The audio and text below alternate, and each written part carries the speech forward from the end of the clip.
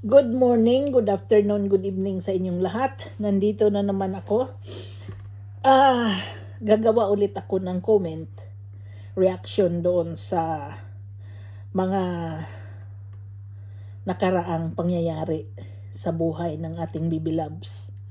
Anyways, pasensyahan nyo ako. Kahapon sana mag-live ako kaso na naghanap na lang ako ng mga damit kong dadalhin sa Pilipinas kasi nakatago nga at mga gamit pang iba kung anong kulang. It ended up na nagpacking na lang ako. So, nabisi ang tao. Anyways, nanonood ako kay iJobs na vlog reactions ngayon habang ako'y kumakain. Ang ipin ko guys, kailangan ko pumunta ng dentist. Ngayon, nasad lang ako sa mga ideas na sinisend ng iba. At lalo na doon sa nag-comment na ni-reaction na ni iJobs na wag ipilit. Tapos yung mga nag-comment din sa akin noon na yun nga, na-stress si Chris na punta na lang kay PB. Tapos itong lately ka iJobs sabi wag ipilit. Ladies and gentlemen, mostly ladies. Mga lola, mga manang, mga ante, mga kung ano-ano pa man. Sa panahon ngayon, hindi na uso ang sapilitan. Katulad ng sa panahon ngayon, hindi na pwedeng ano ba yung pipilitin yung lalaki para pakasalan yung babae? Anong tawag doon? Meron niyang term noong araw. Pikutin, yeah. At hindi na rin uso nitong panahon ngayon na maghahabol ka sa lalaki kapag ayaw sa'yo. At kahit na buntis ka pa, hindi na uso na hahabulin mo yung tatay ng anak mo. Bakit ko nasabi? Kung ako ang dalaga ngayon at bata pa at at the age of Chris na, hindi natin nilalayo ang example.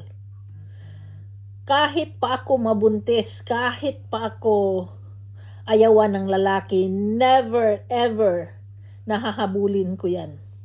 Kasi ang pag-ibig po, hindi po yan napipilit. Ang pag-ibig po, kusang ibibigay.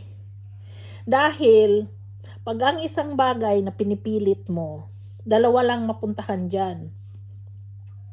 Either mawawala din yan sa'yo at hindi ka na malaya, or pagdating ng araw magluko lang yan dahil hindi ka nga niya pinili. So bakit hindi mo i-accept na hindi ka nga pinili? Then better wag mo akong piliin ngayon habang malaya pa ako dahil who knows pagdating ng araw meron akong makitang somebody who is responsible and then I could make my future with him. 'Di ba? Ngayon, sa lugar naman ni Chris na kahit pa mahirap lang ang tingin ninyo sa batang yan, hindi nyo sana siya pag-isipan na namimilit. Huwag nyo siyang pag-isipan na, alam mo yun, yung pinipilit niya ang sarili niya kahit kanino man. Dahil I didn't see it. She stand with her own 2 feet. Pinatunayan niya sa mundo, pinatunayan niya sa madlang people na mga katulad niyo na mapanghusga na kaya niyang gumawa ng mark in this world by her own kayod, her own decisions, her own work. Meron pa ngang isang nanay noon nag-comment sa akin na sabi, "Ma'am, sana lang kung ayaw ni PB kay Chris na, ipag-asawa ko siya sa anak ko. Nandito kami sa abroad at mistiso yung anak niya ha." Kahit pa ganun ang sinabi niya, hindi mo rin naman mapipilit ang isang tao na kahit nanay ka, sabihin mo ba sa anak mo na, "Hoy, pangasawahin mo si ganyan dahil gusto ko siya." Hindi mo na mapipilit ang mga bata ngayon. Kaya, kayo na nagsasabing huwag ipilit, sino bang namimilit? Wala lang kayong masabi, kaya ninyo yan sinabi. Dahil wala na kayong ibang idea para masabi at masira siya dahil walang naniniwala sa inyo. Sa totoo lang, si Krishna, yung bata na not a marrying type. You know why nasabi ko yan? She doesn't need a man to give her whatever she likes. Dahil katulad ngayon, nagkabahay siya ng sarili niya. Bakit kailangan ko pa ng lalaki para magkabahay ako? Di ba? Wala nang kailangan si Krishna. Hindi na niya kailangan ang lalaki para lang siya mapatayuan ng bahay. Dahil nagawa niya sa sarili niya. Ngayon, kung akong Krishna, mamimili ako ng lalaki sa manliligaw ko, sinong yung makatiis sa ugali ko, makatiis sa hirap na kasama ako, yung taong may pasensya, yung taong mag-unawa sa akin, at taong mag-aalaga sa akin kung sakali mang magkasakit. Kasi ang pag-aasawa hindi madali. Alam natin lahat yan. Ang pag-aasawa, marami tayong pagdadaanan ng mga pagsubok sa buhay. Ngayon, imagine mo, kung yung pagsubok na yan very intense. Tapos ang kasama mo alam mo yun, yung parang nasa hangin lang na baliwala lang sa'yo, or baliwala lang sa kanya yung sa'yo, yung problema ninyo na hindi man lang siya makaambag ng idea kung paano niyo resolbahin ang problema. Paano kung makapag-asawa ka ng ganyan? Di much better na ikaw na lang mag-isa. Isa lang problema mo. Kaya wag niyong itulad si Krishna sa ibang bata dahil siya yung babae na hindi siya namimilit. Hindi siya natatakot kung makapag-asawa o hindi. Hindi niya kailangan ng lalaki para itaguyod siya. Hindi niya kailangan ng lalaki para pagbahayan siya. Hindi niya kailangan ng lalaki para ibigay kung anong gusto niya. Dahil honestly, simple lang ang gusto ni Krishna. Peace of mind and then tahimik na buhay. At kung ang katumbas niyan mag-isa siya, I know pine-prepared na niya yung sarili niya dyan sa bundok niya, dyan sa lupain niya, para magkapi-kapi na lang siya. Dahil ano bang meron sa pag-aasawa na pilit ninyong itulak yung isang tao?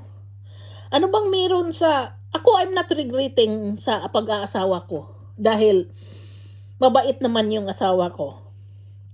I'm not.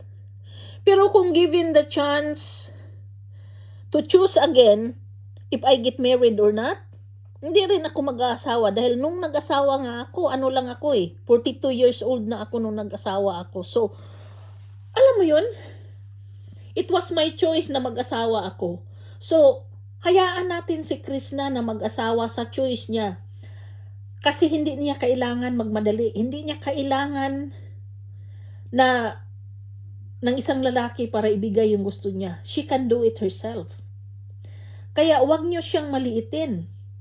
Wag niyo siyang pag-isipan na kaya siya nagkaganyan, nagkabahay dahil tinutulungan, kiss yung ganito, sinyo ganyan. Nandyan siya sa social media, biruin mo yung kita niya sa isang buwan kahit papano. O diba? So, kaya niya yun.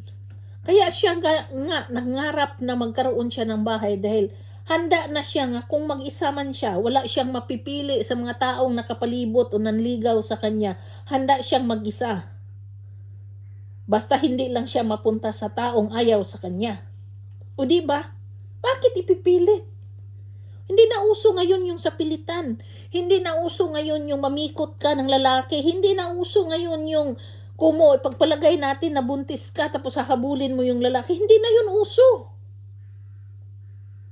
Kung akong ganyan ngayon, ikaw ang manigas sa akin. Alam mo yun? Kaya tumahimik naman na kayo. Huwag nyo kayong kung ano-ano na lang masabi ninyo kay Krishna para lang may masabi. Yung bata, masaya nga siya sa bahay niya. Excited siya. Excited naman talaga yung state ng niya eh.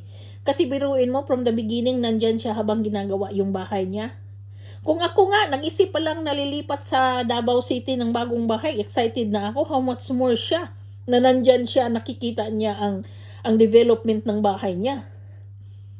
Kaya excited talaga yan. Kaya nainggit lang kayo. Kaya yung inggit ninyo, Yun lang ang ikamamatay ninyo. Kasi walang gamot dyan. Masahol pa yan sa kanser. Walang gamot. Ang kanser ngayon, kung swertihin ka, makaka-recover ka eh. Yung inggit, hindi. Kaya ako pa sa inyo, lumuhod na lang kayo, manalangin kayo na kung ano mang naabot ni Krishna, maabot din ninyo. Baka sakali pa. O diba?